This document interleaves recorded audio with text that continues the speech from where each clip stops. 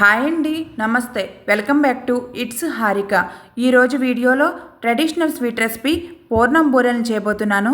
ఇంట్లో ఏ శుభకార్యాలకైనా, ఏ పండుగలకైనా, పూజలకైనా ప్రసాదంగా చేసుకునే పూర్ణం బూరెలను పైన లేయర్ మెత్తగా, లోపల స్టఫింగ్ టేస్టీగా వచ్చేటట్టు పూర్ణం బూరెలను ఎలా చేయాలో మీరు కూడా చూసేయండి. పూర్ణం బూరెలను చేయడానికి ముందుగా మినప్పప్పు లేదా మినపగుళ్ళను నానబెట్టుకోవాలి.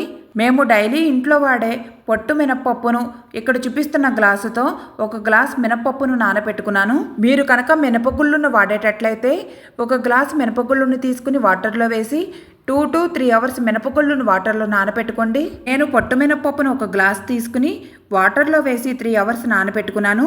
3 అవర్స్ తర్వాత మినపప్పును ఇలా నీట్గా వాష్ చేసుకోవాలి. పూర్ణం బూరెలకు మినపప్పును గ్రైండర్లో వేసి రుబ్బుకుంటే పైన లేయర్ మెత్తగా వస్తుంది.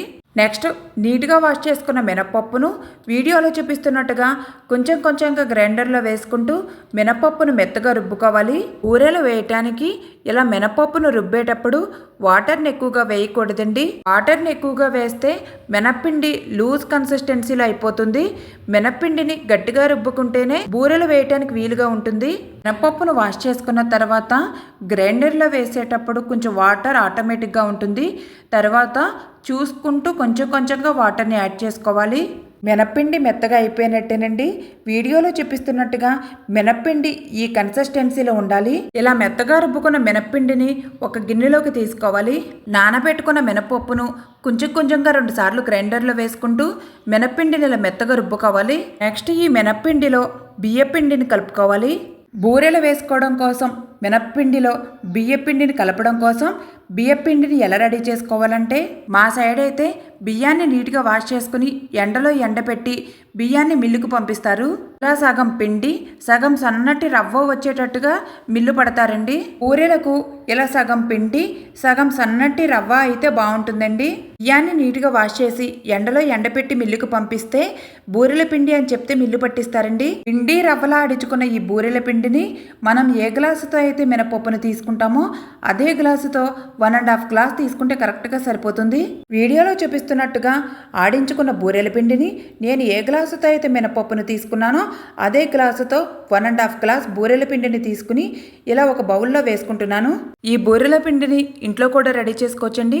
బియ్యాన్ని నీట్గా వాష్ చేసుకుని ఒక క్లాత్ పైన ఎండ తగిలేటట్టుగా బియ్యాన్ని ఎండపెట్టుకుని బియ్యం తడి లేకుండా బాగా డ్రై అయిన తర్వాత బియ్యాన్ని మిక్సీ పట్టుకోవచ్చు. వీడియోలో చూపించినట్టుగా ఒక గ్లాస్ మినపప్పుకు 1.5 గ్లాస్ రవ్వ పిండి కలిగిన బూరెల పిండిని వేసుకున్నాను. ఇప్పుడు ఈ బూరెల పిండిలో కొంచెం కొంచెంగా వాటర్ని యాడ్ చేసుకుంటూ వీడియోలో చూపిస్తున్నట్టుగా బూరెల పిండిని వాటర్తో కలుపుకోవాలి. వాటర్ని ఒక్కసారి వేయకూడదండి. కొంచెం కొంచెంగా వాటర్ని యాడ్ చేసుకుంటూ ఇలా బూరెల పిండిని కలుపుకోవాలి. బూరెల పిండిని సన్నటి రవ్వ పిండిలా తీసుకున్నాం కదా, ఈ పిండిలో ఇలా వాటర్ని వేసి కలపడం వలన రవ్వ నాని బూరెలు వేసిన తర్వాత పైన లేయర్ మెత్తగా ఉంటుంది. ఈ బూరెల పిండిలో వాటర్ని ఎక్కువగా వేయకూడదండి. పిండిని తడిపి పక్కన పెట్టుకోవాలి. నెక్స్ట్ ముందుగా రుబ్బి పక్కన పెట్టుకున్న మినప్పిండిలో ఈ టేస్ట్కు తగ్గట్టుగా సాల్ట్ని వేసుకోండి. ఈ మినప్పిండిని బూరెలకు పైన లేయర్గా వాడతాము. మినప్పిండిలో సాల్ట్ని వేయటం వలన పైన లేయర్ కూడా టేస్ట్గా ఉంటుంది. నెక్స్ట్ వాటర్తో తడిపి పెట్టుకున్న బూరెల పిండిని కూడా మినప్పిండిలో వేసి కలుపుకోవాలి. బూరెల పిండిని కలుపుకునేటప్పుడు కనుక వాటర్ని ఎక్కువగా వేసుకుంటే ఇప్పుడు మినప్పిండిలో కలిపిన తర్వాత లూజ్గా అయిపోతుందండి. అందుకే వాటర్ని ఎక్కువగా వేయకుండా బూరెల పిండిని జస్ట్ తడిపి పక్కన పెట్టుకోవాలి. ఇప్పుడు మినప్పిండిలో వేసిన సాల్టు వాటర్తో తడిపిన బూరెల పిండి మినప్పిండిలో కలిసేలా వీడియోలో చూపిస్తున్నట్టుగా ఇలా చేతితో బాగా కలపాలి. మినప్పిండిలో బూరెల పిండిని వాటర్తో తడపకుండా డైరెక్ట్గా వేయకూడదండి. బూరెల పిండిని మినప్పిండిలో డైరెక్ట్గా వేస్తే వెంటనే ఉండలు కట్టేస్తుంది. వాటర్తో తడిపి మినప్పిండిలో యాడ్ చేసుకోవాలి. చేతితో బూరెల పిండిని మినప్పిండిలో కలిసేలా ఇలా బాగా కలుపుకున్నాను. వీడియోలో చూపిస్తున్నట్టుగా బూరెలు వేయటానికి బూరెల పిండి ఈ కన్సిస్టెన్సీలో ఉండాలి. బూరెలు వేయటానికి బూరెల పిండి రెడీ. ఈ బూరెల పిండిని పక్కన పెట్టుకుని బూరెల్లో లోపల ఉండే పూర్ణాన్ని టేస్టీగా ఈజీగా ఎలా చేయాలో చూసేయండి. పూర్ణాన్ని ప్రిపేర్ చేయడం కోసం ఫస్ట్ ఏదైనా ఇలా ఒక బౌల్ని తీసుకుని బౌల్లో మీరు ఏ గ్లాసుతో అయితే మినపప్పు లేదా మినపగుళ్ళను తీసుకుంటారో అదే గ్లాసుతో 1 గ్లాస్ పచ్చిశనగపప్పును తీసుకుని ఇలా బౌల్లో వేసుకోండి. నెక్స్ట్ పచ్చిశనగపప్పును వాటర్ని వేసి నీట్గా 2 సార్లు వాష్ చేసుకోవాలి. పచ్చిశనగపప్పును నేను కుక్కర్లో ఉడికించుకుంటున్నానండి. మీరు కనుక స్టవ్ పైన గిన్నెలో నార్మల్గా ఉడికించుకునేటట్లయితే పచ్చిశనగపప్పును వాటర్లో 1/2 అవర్ నానబెట్టుకుని తర్వాత ఉడికించుకోవాలి. పచ్చిశనగపప్పును వాటర్తో నీట్గా ఇలా 2 సార్లు వాష్ చేసుకున్న తర్వాత ఏదైనా ఒక కుక్కర్ని తీసుకుని కుక్కర్లో వాష్ చేసుకున్న పచ్చిశనగపప్పును వాటర్ లేకుండా పప్పును వేసుకుని 1 గ్లాస్ పచ్చిశనగపప్పుకు 2 గ్లాసులు వాటర్ని వేసుకోవాలి. 1 గ్లాస్ పప్పుకు 2 గ్లాసులు నీళ్ళు కరెక్ట్గా సరిపోతాయండి. వాటర్ ఎక్కువగా వేయనవసరం లేదు. ఇలా పచ్చిశనగపప్పులో వాటర్ వేసిన తర్వాత కుక్కర్పై మూత పెట్టుకుని స్టవ్ ఆన్ చేసుకుని స్టవ్ పైన కుక్కర్ని పెట్టి 2 విజిల్స్ వచ్చే వరకు ఉంచాలి. కుక్కర్ విజిల్స్ వచ్చిన తర్వాత 5 మినిట్స్ కుక్కర్ను పక్కన పెట్టుకుని 5 మినిట్స్ తర్వాత ఇలా మూత తీస్తే పచ్చిశనగపప్పు ఉడికిపోయి రెడీగా ఉంటుంది. కుక్కర్ 2 విజిల్స్ వస్తే కరెక్ట్గా సరిపోతుంది. చూస్తున్నారు కదా, 2 విజిల్స్కే పచ్చిశనగపప్పు బాగా మెత్తగా ఉడికిపోయింది. పచ్చిశనగపప్పు ఉడికిన తర్వాత పప్పులో అడుగున ఎక్స్ట్రా వాటర్ ఏమైనా ఉంటే తీసేయండి. ఇప్పుడు మళ్ళీ కుక్కర్ని స్టవ్ పైన పెట్టుకుని మంటను కంప్లీట్గా లో ఫ్లేమ్లో పెట్టుకోండి. నెక్స్ట్ ఏ గ్లాసుతో అయితే పచ్చిశనగపప్పును తీసుకున్నామో అదే గ్లాసుతో 1 గ్లాస్ బెల్లాన్ని తీసుకుని ఉడికిన పచ్చిశనగపప్పులో వేసుకోవాలి. 1 గ్లాస్ పచ్చిశనగపప్పుకు 1 గ్లాస్ బెల్లం కరెక్ట్గా సరిపోతుంది. స్వీట్నెస్ ఎక్కువగా ఇష్టపడేవారైతే ఇంకొంచెం బెల్లాన్ని యాడ్ చేసుకోండి. బెల్లం వేసుకున్న తర్వాత గెరటితో కలుపుతూ ఉంటే వేడికి బెల్లం త్వరగా కరుగుతుంది. అలాగే గిన్నెకు అడుగున అంటుకోకుండాను ఉంటుంది. పచ్చిశనగపప్పు ఉడికిన తర్వాత పప్పులో ఎక్స్ట్రా వాటర్ ఏమైనా ఉంటే తప్పకుండా తీసేయాలండి. ఎందుకంటే బెల్లం వేసిన తర్వాత బెల్లం కరిగి లూజ్ కన్సిస్టెన్సీలోకి వస్తుంది. చూస్తున్నారు కదా, బెల్లం కరిగిన తర్వాత ఇలా లూజ్ కన్సిస్టెన్సీలోకి వస్తుంది. అదే వాటర్ కనుక ఉంటే ఇంకా లూజ్ కన్సిస్టెన్సీలోకి అయ్యి డ్రై అయ్యే వరకు ఉడికించుకోవాల్సి వస్తుంది. పచ్చిశనగపప్పు ఆల్రెడీ ఉడికిపోయింది కదండి. ఇంకా ఎక్కువసేపు ఉడికించుకుంటే పచ్చిశనగపప్పు బాగా మెత్తగా అయ్యి బూరెలు అంత టేస్ట్గా ఉండవు. బూరెలు తినేటప్పుడు మధ్య మధ్యలో పప్పు అలా తగులుతూ ఉంటే టేస్ట్ బాగుంటుంది. అందుకే పచ్చిశనగపప్పు ఉడికిన తర్వాత పప్పులో వాటర్ ఏమైనా ఉంటే ముందుగానే తీసేయండి. పప్పులో బెల్లం వేసిన తర్వాత మంటను అసలు హై ఫ్లేమ్లో పెట్టకూడదండి. బెల్లం ఇలా బాగా కరిగిన తర్వాత కుక్కర్పై మూత పెట్టి మంటను లో ఫ్లేమ్లోనే ఉంచి మధ్య మధ్యలో పూర్ణంను గెరటితో కలుపుకుంటూ 5 మినిట్స్ ఉడికించుకోండి. 5 మినిట్స్ తర్వాత పూర్ణంలో వాటర్ అంతా డ్రై అయ్యి పూర్ణం ఈ కన్సిస్టెన్సీలోకి వస్తుంది. పూర్ణం కనుక లూజ్ కన్సిస్టెన్సీలో ఉంటే పూర్ణాన్ని బాల్స్ చేసేటప్పుడు చాలా కష్టంగా ఉంటుంది. పూర్ణాన్ని వాటర్ లేకుండా ఇలా డ్రైగా అయ్యే వరకు ఉడికించుకుంటే బాల్స్ చేసుకోవడానికి చాలా ఈజీగా ఉంటుంది. చూస్తున్నారు కదా, పూర్ణం గెరిటితో ఇలా పైకి లేపితే స్లోగా ఇలా పడుతున్నట్టు ఉండాలండి. ఈ కన్సిస్టెన్సీలో ఉండాలి. ఇంకా లాస్ట్లో 1 స్పూన్ యాలకుల పౌడర్ని వేస్తే టేస్ట్ స్మెల్ కూడా బాగుంటుంది. అలాగే 1 స్పూన్ నెయ్యిని కూడా వేస్తున్నానండి. నెయ్యి ఆప్షనల్ మాత్రమే, మీకు ఇష్టమైతే వేసుకోవచ్చు, లేదంటే స్కిప్ చేసేయవచ్చు. యాలకుల పౌడర్ నెయ్యి పూర్ణంలో కలిసేలా గెరటితో ఇలా బాగా కలుపుకొని స్టవ్ ఆఫ్ చేసేయచ్చండి. ఈ పూర్ణం కొంచెం చల్లారిన తర్వాత ఇంకా కొంచెం డ్రైగా అవుతుందండి. బూరెలకు పూర్ణాన్ని ఉడికించుకోవడం చాలా ఈజీ అండి. బూరెలు వేసుకోవటానికి పూర్ణం కూడా రెడీ అయిందండి. పూర్ణం చల్లారిన తర్వాత చేతికి కొంచెం నెయ్యిని తడి చేసుకుంటూ కొంచెం కొంచెం పూర్ణాన్ని తీసుకుని రౌండ్గా బాల్స్లా ఉండలు చేసుకోవాలి. వీడియోలో చూపిస్తున్నట్టుగా పూర్ణాన్ని రౌండ్గా ఇలా చిన్న చిన్న ఉండలుగా చేసుకోవాలి.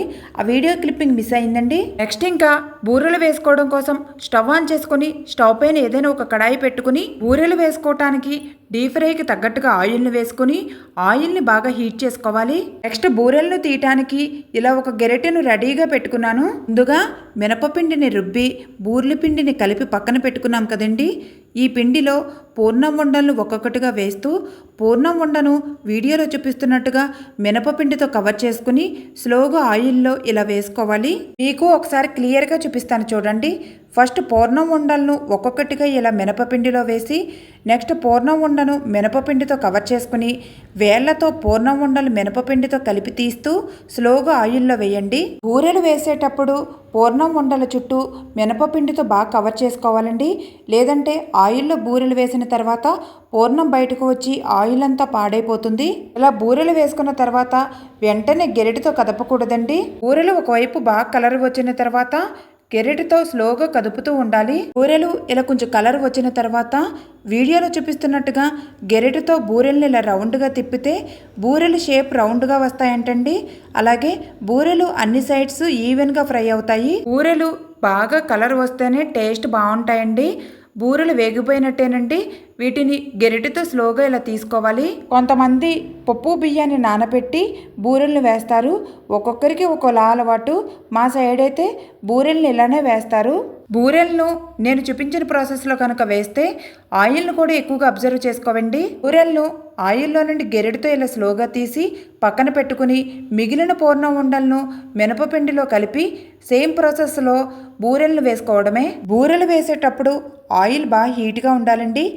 ఆయిల్ హీట్ అవ్వకుండా బూరెలను వేస్తే బూరెలు ఆయిల్ని అబ్జర్వ్ చేసుకుంటాయి. నేను ఇంతకు ముందు వీడియోలో చూపించినట్టుగా బూరెలన్నీ ఇలా ఆయిల్లో వేసేసుకున్నాను. ఫస్ట్ టైం బూరెలు వేసే వారి కోసం చెప్తున్నానండి. బూరెలు ఆయిల్లో వేసిన వెంటనే గెరిటితో కదిపితే లోపల పూర్ణం బయటకు వచ్చేస్తుంది.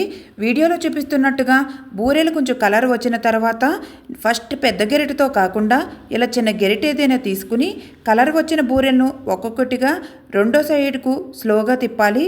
బూరెలు మొత్తం బాగా కలర్ వచ్చిన తర్వాత పెద్ద గెరిటితో తీస్తే ఈజీగా ఉంటుంది. బూరెలు మంచి కలర్తో ఫ్రై అయిపోయాయండి. వీటిని పెద్ద గెరిటితో ఇలా స్లోగా తీసేస్తున్నాను. పండుగలకు పూజలకు కామన్గా చేసుకునే ట్రెడిషనల్ స్వీట్ రెసిపీ టేస్టీ పూర్ణం బూరెలు రెడీ. పూర్ణం బూరెలు చాలా మెత్తగా చాలా బాగా వచ్చాయండి. పైన లేయర్ను ఇలా చేతితో విరిపితే చూసారా చాలా మెత్తగా ఉంది. అలాగే క్రిస్పీగా కూడా ఉంది తినేటప్పుడు. ఇప్పుడు దేవీ నవరాత్రులు వస్తున్నాయి కదండి. దేవీ నవరాత్రుల్లో ట్రెడిషనల్ స్వీట్ రెసిపీ టేస్టీ పూర్ణం బూరెలను నేను చూపించిన ప్రాసెస్లో తప్పకుండా ట్రై చేసి అమ్మవారికి ప్రసాదంగా పెట్టి టేస్ట్ చూడండి. పూర్ణం బూరెలు టేస్ట్ చాలా బాగుంటాయి. ఆ సైడ్ అయితే ఈ పూర్ణం బూరెలను ఎక్కువగా చేసుకుంటారండి. అలాగే అమ్మవారికి పూర్ణం బూరెలు అంటే చాలా ఇష్టం అంటండి. మా సైడ్ అయితే ఏ అమ్మవారికి నైవేద్యం పెట్టాలన్నా పూర్ణం బూరెలు తప్పకుండా చేసుకుంటాము. నా వీడియో కనుక మీకు నచ్చినట్లయితే లైక్ చేయండి. అలాగే మీ ఫ్రెండ్స్కి రిలేటివ్స్కి నా వీడియోస్ను షేర్ చేయండి. మరిన్ని వీడియోస్ కోసం ఇట్స్ హారిక ఛానల్ను సబ్స్క్రైబ్ చేయండి. Thank you for watching. Please support me.